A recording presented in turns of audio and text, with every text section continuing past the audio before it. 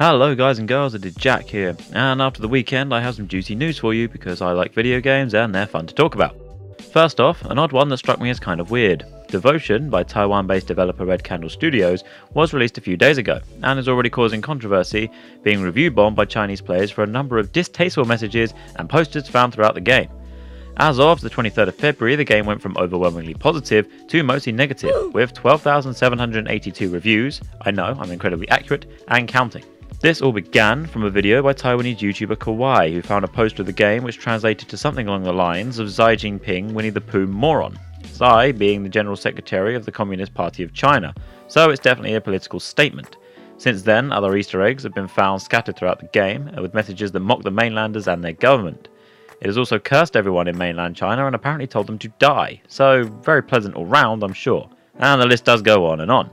As it stands at the moment, any discussions related to Devotion are currently banned in any Chinese gaming forums, including the big ones. But why such a big deal? People make distasteful political commentary all the time. Well, China is a very different beast. People fear that if the authorities of the People's Republic of China discover that they are being openly mocked, they may not just ban the game, they may ban Steam entirely. And this whole thing could end up as a disaster for plenty of innocent people. So contemplate that next time you think us snowflakes in the West have it bad. Now, at least you can still use Steam without someone else ruining your fun. Now, shall we get to the glaring elephant in the room then? Anthem is out and it's not doing too hot. The game currently holds an average of below 65 on review aggregators like Metacritic and OpenCritic. Users have not had the best experience. The game was clearly launched in an unfinished state and it shows, with a numerous array of bugs, technical glitches and an overall lack of content playing into the big pot of "oh we fucked this up" stew that Anthem is currently swimming in. But that story has been done to death. I want to talk about GGNews, a YouTuber from Australia. He was less than kind, let's just say, and didn't hold back on what he needed to say during his review. He was honest, as all good reviewers should be. However, the YouTuber soon tweeted that the video was taken down because EA had blacklisted him for apparently giving a negative review. How true this statement is, I can't be too sure. But it has been done before, and I'm sure it will be done again. I wouldn't put it past them at this point if I'm honest. The air quotes controversy surrounding this comes from the fact that GGNews is actually part of EA's Game Changers review program, and this is what their website states it's intended for. Game Changers is EA's community partnership program that fuses content creators and expert players directly into the game development process, enabling early collaborative feedback for improvements.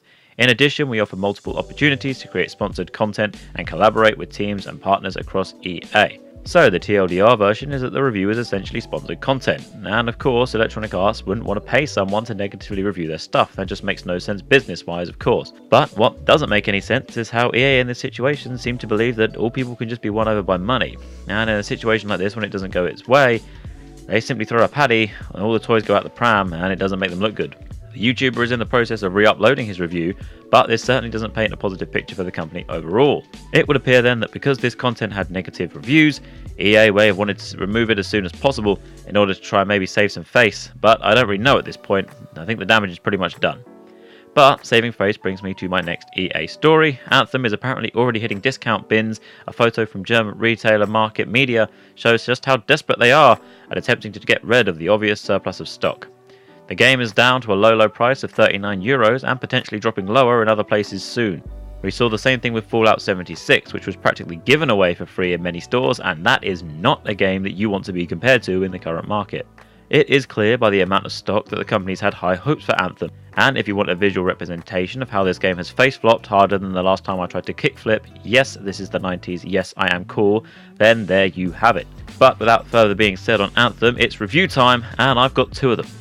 Brad Sams at Thurrott, who has been a rock-solid source of Xbox-related rumours in the past, claims that Halo Infinite, the upcoming game by 343 Industries, which has a lot of making up to do after Halo 5, may be incorporating more RPG elements than past entries in the series. In fact, the game is said to have a branching story that will adapt to players' decisions, a first for the entire series. It would be quite nice and a decent change of pace, and one that doesn't even include Sergeant Cock, I mean Locke, or any sort of battle royale, because yes, 2019, don't question it. It wouldn't be unthinkable either. We've seen this sort of transition lately with series like Assassin's Creed, as Ubisoft have moved the series formula to a more RPG setting, and that seems to have worked pretty well for them. I honestly think getting to be the chief, and yes, only the chief, no one else fight me, and making decisions that impact the world may be pretty cool. It's a direction I didn't see coming, so I'm hopeful, and slightly less pessimistic than usual, that this game will get the series back on track. But where are we going to play Halo Infinite, I hear you ask? Well, the second rumour I have is a scoop for you surrounding the alleged details of the next Xbox generations. They're beginning to seep through the cracks of the industry and onto our computer screens, courtesy of French website GGNews, and I have again butchered that pronunciation, there's a lot of hard ones in today's video.